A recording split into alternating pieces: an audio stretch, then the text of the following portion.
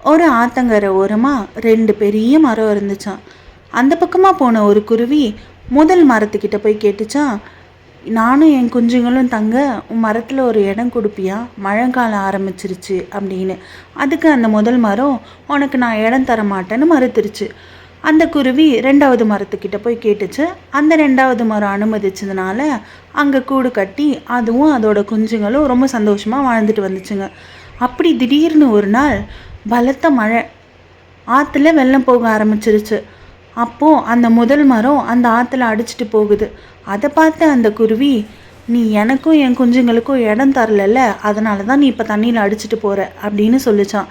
அதை கேட்ட அந்த மரம், எனக்கு தெரியும், எனக்கு வயசாயிருச்சு, இந்த மழைக்கு நான் தாங்க மாட்டேன், நான் தண்ணியில் கண்டிப்பாக அடிச்சிட்டு போயிடுவேன், நீயும் உன் குழந்தைங்களும் நல்ல வாழ்க்கையை வாழணும் அப்படின்றதுக்காக தான் அன்றைக்கி நான் உனக்கு இடம் தரலை, என்னை மன்னிச்சிடு அப்படின்னு சொல்லிச்சான்.